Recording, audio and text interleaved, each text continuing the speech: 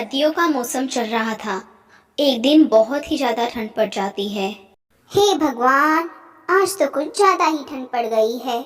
अगर मुझे इस ठंड से बचना होगा तो मुझे अपना घोंसला गर्म रखना होगा और इसके लिए मुझे लकड़ियाँ इकट्ठा करके आग जलानी होगी, वरना तभी मैं इस ठंड से बच सकती हूँ। नहीं तो इस ठंड में मेरी जान ही चली जाएगी। ये काम मैं अकेले तो नहीं कर सकती, मुझे इस काम में किसी की मदद लेनी होगी। चलो, मैं सोनी चिड़िया की मदद लेती हूँ। रानो सोनी चिड़िया के पास चली जाती है।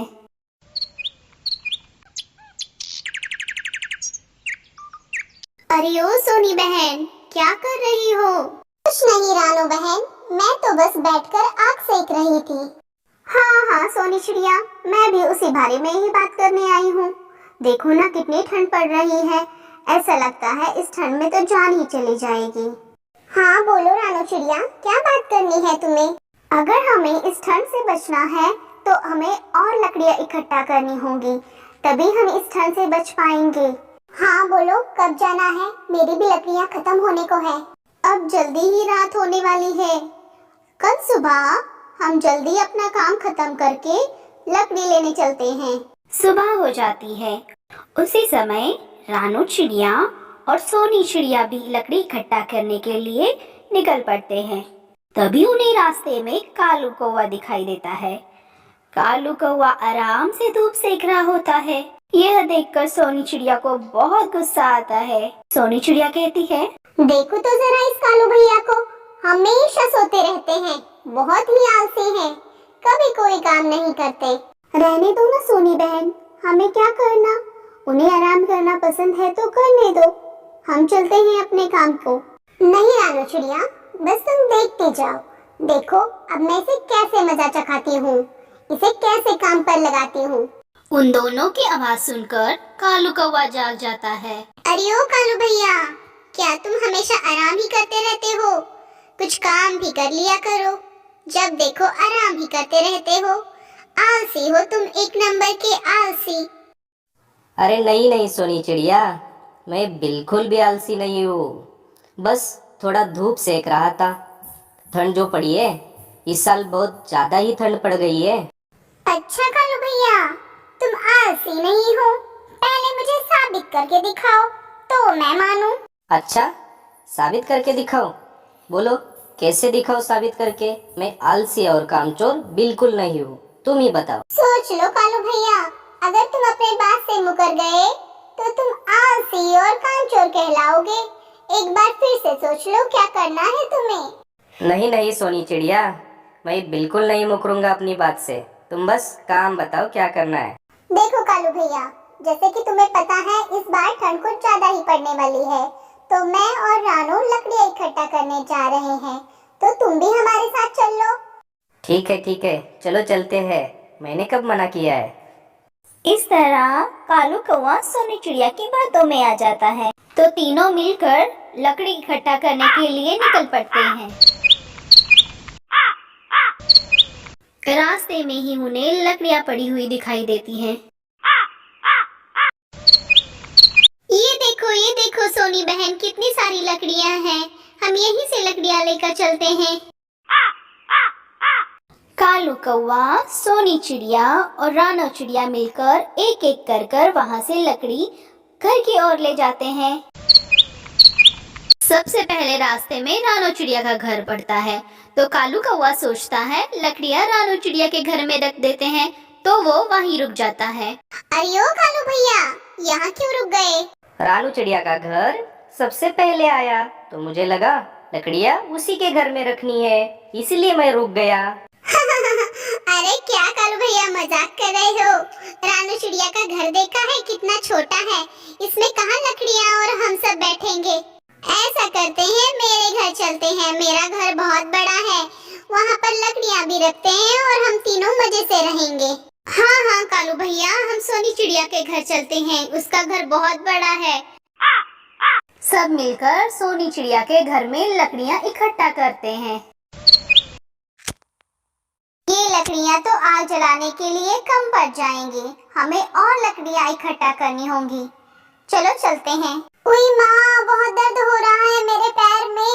लगता है मोच आई है। अब मैं लकड़ियाँ लेने नहीं आ सकती। कोई बात नहीं सोनी बहन, तुम आराम करो। मैं और कालू भैया लकड़ियाँ इकट्ठा करते हैं। दिन भर कालू कौवा और रानो चिड़िया लकड़ियाँ इकट्ठा करते हैं और सोनी चिड़िया के घर में लकड़ियों का ढेर जमा हो जाता है। वाह, इसे कहते हैं सुकून की जिंदगी। कुछ काम करना भी नहीं पड़ा और सारा काम हो भी गया। अब पूरी सर्दियाँ मजे से कटेंगी। रात हो जाती है और सब मिलकर सोनी चिड़िया के घर में आग जलाकर आग सेकने लगते हैं क्योंकि बहुत ठंड पड़ रही थी। वाह, कल रात तो बहुत बढ़िया नींद आई। ठंड में आग सेकने की मजा ही कुछ और है। चलो, मुझे अब भूख लग रही है। हाँ हाँ कालू भैया, कल रात बहुत बढ़िया नींद आई और मुझे भी अब बहुत जोरों की भूख लग रही है। अरे ओ सोनी बहन, तुम्हारे घर में कुछ खाने को है क्या? जरा हमें दे दो, भूख बहुत लग रही है। हाँ हाँ रानू चिड़िया, घर में थोड़ा सा अनाज बचा तो है। रुको, अभी लेकर आती हूँ खाने के लिए तुम्हें। ये लो, खाओ खाना। तुम दोनों ने काम जो इतना किया है कल से। चलो, अब चलते हैं लकड़ियाँ इकट्ठा करने के लिए। नहीं नहीं रानो चिड़िया, लकड़ियाँ तो बहुत इकट्ठा हो गई है। घर में अनाज कम है। मैं अकेली थी तो ठीक था। अब तुम दोनों भी आ गए हो ना, तो ठंड में हमें अनाज कम पड़ जाएगा। तो तुम दोनों जाकर अनाज इकट्ठा करो आज। हाँ हाँ, ये बात भी सही है सोनी चिड़िया। ठीक है, आज हम अनाज इकट्ठा करने जाते हैं। चलो कालू भैया। रानो चिड़िया और कालू कौवा अनाज लेने के लिए चले जाते हैं। उन्हें अनाज लेने के लिए बहुत दूर जाना पड़ता है। उधर कालू कौवा और रानो चिड़िया मेहनत कर रहे थे और यहाँ पर मतलबी सोनी चिड़िया आराम से बैठकर धूप सेक रही थी। वाह, ये सर्दियाँ भी कितनी प्यारी होती हैं। दिन में धूप सेको और रात में मजे से आग सेको। चलो, अभी मुझे घर जाना पड़ेगा। मैंने रानो को और कालू को झूठ बोला था कि अनाज खत्म हो गया है, उन्हें घर से जो बाहर निकालना था। पर मेरे पास तो बहुत सारा अनाज है। मैंने पहले से ही बहुत सारा अनाज इकट्ठा करके रखा था। वो आने से पहले अंदर से दरवाजा बंद करके बैठूंगी और मजे से अकेले में आग सेकूंगी। सोनी चिड़िया घर के अंदर चली जाती है और घर का दरवाजा अंदर से बंद कर लेती है। कालू कौवा और रानो चिड़िया अनाज लेने के लिए बहुत दूर निकल गए थे। वापस आते आते बहुत अंधेरा हो जाता है और ठंड भी बढ़ने लगती है। वो दोनों सोनी चिड़िया के घर के बाहर आ जाते हैं। अरे सोनी बहन, दरवाजा खोलो, हम दोनों हैं। बहुत ठंड लग रही है। लगता है सोनी बहन सो गई है। अरे सोनी चिड़िया, जल्दी से दरवाजा खोलो, वरना ठंड के मारे हमारी तो कुल्फी जम जाएगी। इधर मतलबी सोनी चिड़िया अपने घोंसले में आराम से सो रही थी। उसे सब सुनाई दे रहा था पर वो सुनना ही नहीं चाहती थी। लगता है सोनी बहन सो गई है। चलो कालू भैया, मेरे घर चलते हैं। वहाँ कुछ लकड़ियाँ बची है। आग जलाकर आज मेरे घर ही रुकते हैं। रानो चिड़िया और कालू कौवा दोनों मिलकर रानो चिड़िया के घर में चले जाते हैं। उन दोनों के जाने के बाद सोनी चिड़िया उठती है और कहती है, चलो बढ़िया हुआ, दोनों चले गए। आज रात मैं अकेले ही आग जलाकर मस्त मजे से सोऊंगी। सोनी चिड़िया अकेले ही आग जला लेती है। हे भगवान, आज कितनी ठंड है। मुझे और लकड़ियाँ की जरूरत पड़ेगी। इतना कहकर सोनी चिड़िया आग जलाने के लिए लकड़ियाँ घसीटने लगती है। एकदम से सारी लकड़ियाँ गिरने लगती हैं और अचानक से सभी लकड़ियों को आग लग जाती है। सोनी चिड़िया चिल्लाने लगती है, बचाओ बचाओ, रानू कालू, बचाओ बचाओ। थोड़ी देर में पूरी झोपड़ी आग के चपेट में आ जाती है। अरे कालू भैया, ये तो सोनी चिड़िया की आवाज है। लगता है उसे मदद की जरूरत है। चलो देखते हैं तो जरा। पूरे घर में आग लग जाती है। कालू कौवा बड़े बहादुरी से 2-4 बार दरवाजे पर धक्का देता है और दरवाजा खोल देता है।